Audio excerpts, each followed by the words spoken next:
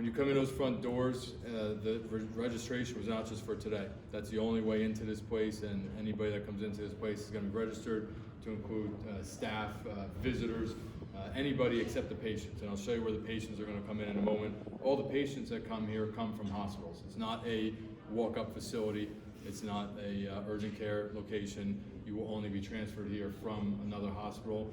When you're at a point where you can be serviced by the level of care here, then you'll be discharged from here. A week ago, this place was just a wide open convention center, like anybody's seen has attended any kind of convention. You know, hard slab floor, wide open, a couple of pillars here and there, and the walls on the outside. So this is the type of facility that the federal medical stations are intended to be placed in. Already, you know, mortar walls and roof over your head. So what we did was we actually visited the Jacob Javits Center to see how they were setting theirs up, because New York was a couple days ahead of our initiative. So we went there with the general manager of this location. His name is Frank, and he went over there, and his perspective was really, it's just like setting up any other trade show with 10 by 10 stalls, except instead of having some sort of vendor or whatever it is at the trade show, it's you know, patients in beds. So he said, I've got this, no problem. Ordered, you know, all the stuff that you can see, the walls, the drapes, the metal, that's not part of the FMS cache, and he put this up. If you want, there's a room that's staged here. If you wanted to see what the rooms are going to look like, there's really not much to them, right? It's a bed, a chair for the nurse or doctor to sit in when they're talking to you, a wastebasket, and that's basically all you get from the FMS cache from the federal government. So the Department of Health here in New Jersey has identified some other things that they might want to put in these rooms. For example, a tray for the patient to eat off of or to receive their medications on. You know, if you see what you normally have in a hospital, at least there's some sort of tray that you can put on your lap or your bed or roll in there. So those items have been ordered, and they'll be in at another time. So I actually don't know the exact number of pod counts that are in here, but it's 250 beds, 250 rooms / 250 beds, because there's one bed per room. If we needed to increase the capacity of this place, you could put 2 beds in a room if they were family members. So, you know, sinks, obviously, sanitation, hygiene, important things that this place normally doesn't have for a trade show. So they had to get a little clever on some of this stuff. This thing has a built-in hot water heater, so you do have the hot water that you need to make sure that your hands are getting clean when you clean them up. There's a 5-gallon bucket underneath it, actually, that needs to get emptied probably on a very regular basis. So the cleaning crew that's going to be in this place will come around and do a cycle and empty those buckets. But this way, at least, when a nurse or doctor comes out of working with a patient, they can clean their hands. So these things are sporadically placed around, as you can see.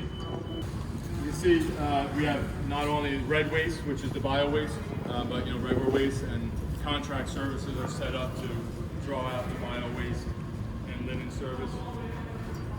There's another room set up here with a slightly different style bed in it.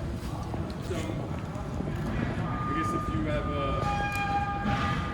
more medical issues, you would be in one of these beds. It's higher, easier for the nurses to work on you on.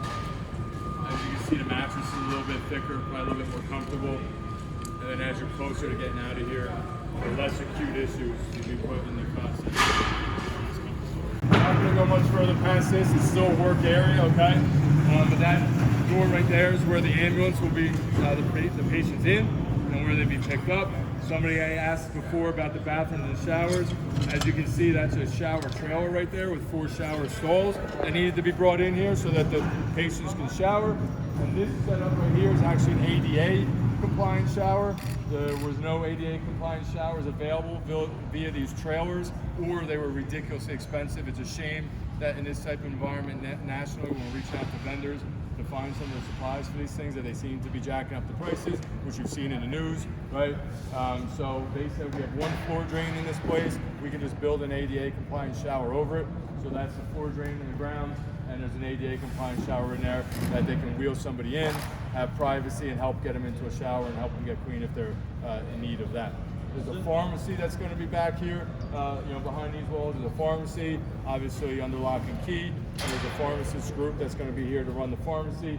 and food services come out of here as well, not only for the staff, but the patients as well. There's 2 sets of bathrooms in the building that look just like this. One's on this corner, one's on that corner. We're designated one on that corner to be a staff-only bathroom, just so they kind of have their own bathroom. This one will be used for the patients.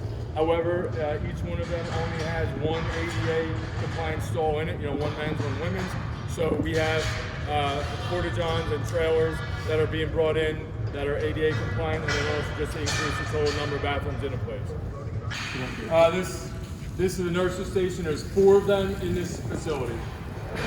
As you can see, this is one of the medical supply cabinets. Those are for the non-controlled substances. The controlled substances are in the pharmacy under heavier lock and key.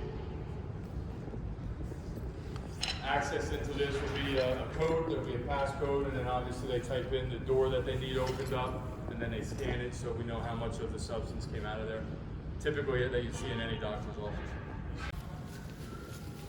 Again, some of the stuff behind the black curtains is just supplies. Limited square footage here. We had to do what we could.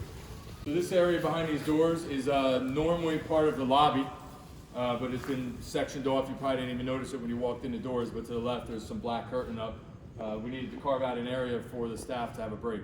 The doctors, nurses, anybody that's working here when they're eating their meals or just, it's break time. So this area in here, you can probably see there's some, coffee stations set up, there's tables and chairs. And then right through there, there's a little closet that's going to be used to store some additional medical supplies that need to be behind lock and key. Behind these walls, I'm going to take you in there for a moment. This is where the New Jersey All Hazards Incident Management Team, which is a team, so a state resource that is managed and administered by the state police, New Jersey Office of Emergency Management. That we were the team that got called in to get this set up. They've been working out of here. We've been working out of here. So the folks that you have in this room at this table here is the New Jersey All Hazards Incident Management Team folks. That's the operations, logistics, planning, command, public information, liaison officer. That's all kind of around that table. And at this table right here, these are some of the medical folk that are going to be running this facility. You have your chief medical officer over there, your chief nurse officer. I forget your title. Nurse manager. Nurse manager. So if you wanted to get any information from them, you can. But they are the first DOH employees that were brought into this place, and they were brought in 2 days ago now at this point, I think, right? We arrived on Tuesday here, yes. Tuesday? I forget what day it is. Yeah. So Exactly. today, Thursday, that's 2 days ago.